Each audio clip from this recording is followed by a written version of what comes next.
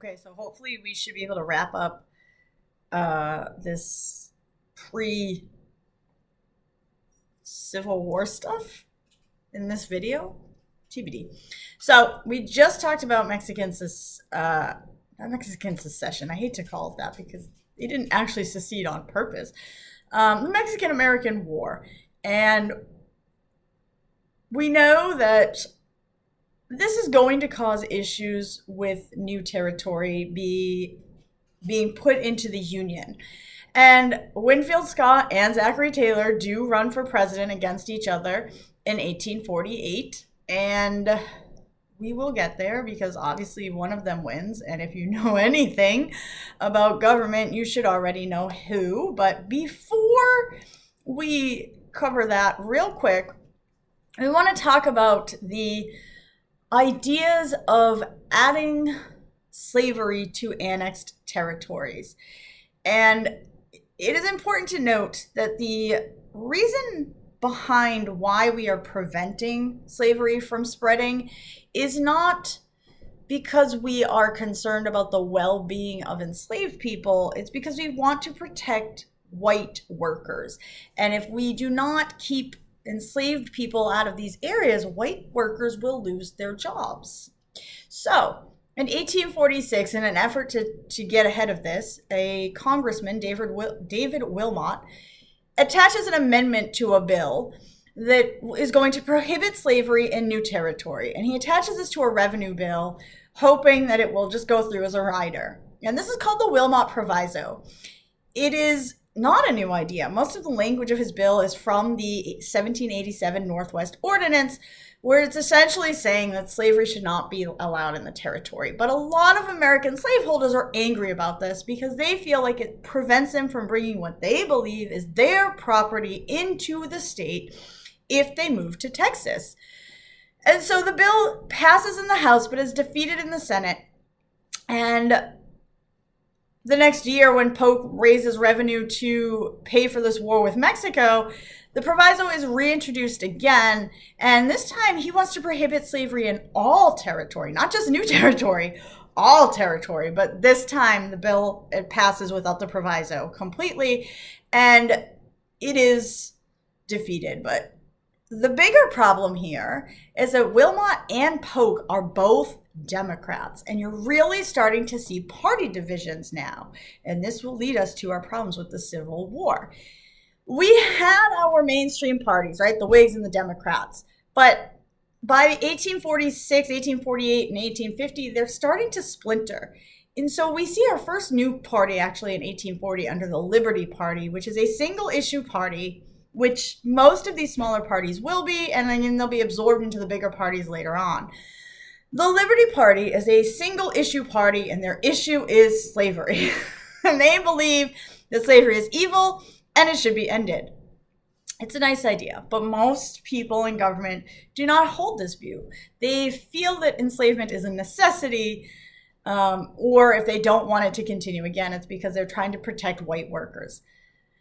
So the proviso here, the Wilmot Proviso, captures this anti-slavery versus abolition sentiments for the first time in government. The anti-slavery advocates do not challenge the existence of slavery in the states that it's already in. They challenge the expansion of slavery to new states and territories, whereas abolitionists challenge the existence of the institution of slavery. It is important to note, though, underneath all of this for anti-slavery, it is not about humanity. It is about white progress, jobs for white people, opportunities for white men. And it will stay like that until after the Civil War, and even then. So before we get Taylor and Scott, we have Martin Van Buren versus Lewis Cass versus Zachary Taylor. Okay, so Martin Van Buren is a Democratic supporter. He has people who are supporting the proviso, but he also has opponents who are refusing to support the proviso. So again, that's going to split the party. It's going to be a problem. This is actually why we have Martin Van Buren and Lewis Cass, because Martin Van Buren is chosen as the Democratic representative, but not everybody likes Martin Van Buren because of his anti-slavery status. So they also pick Lewis Cass to run as a Democrat. And so when both men are seated, they both end up running for governor or president against each other. Cass is selected as the nominee overall, and he is supporting the concept of popular sovereignty, which is the idea that the residents of a state should decide if their state is free or slave. And if enough people vote to make themselves a slave state, then the state can be returned to enslavement as long as enough residents voted for it. So this becomes a problem when the presidential election of 1844 is happening. The goal of these elections really at this point is to prevent the expansion of slavery into new territories. There's this conspiracy that the U.S. Southern elite have control over the U.S. foreign affairs, and they are using this and their domestic policies to meet their ends. It is known as the slave power conspiracy, and there's a lot of understandable reasoning behind it.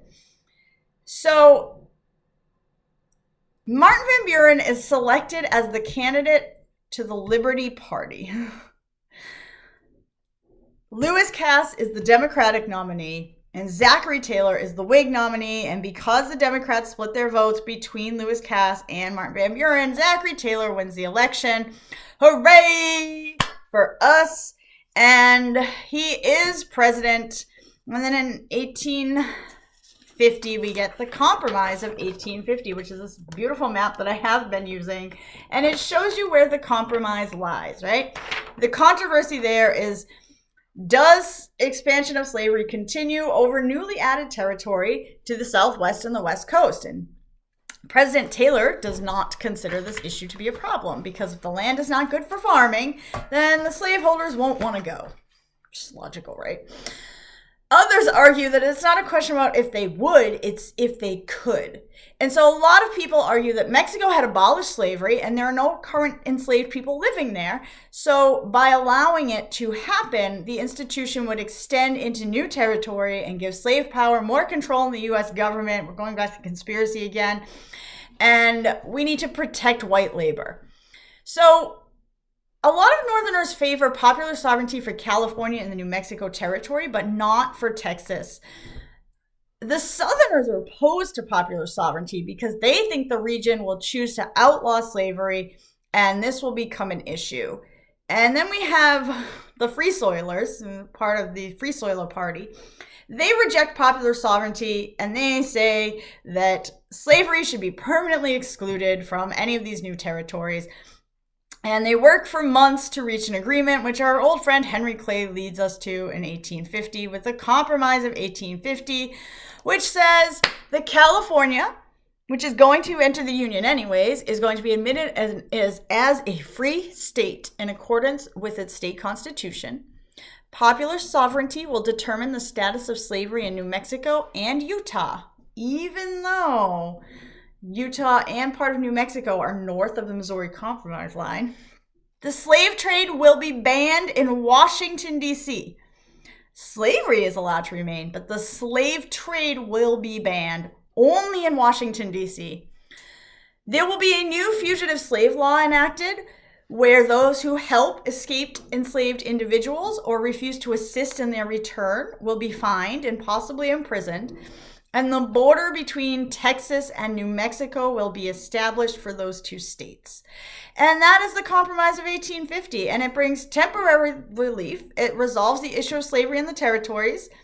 It prevents secession, but it makes tensions even worse between the North and the South, because now the North is pretty convinced that the slave power conspiracy is not only real, but it is taking over the government. So that's not going to go well in the next 10 years or so.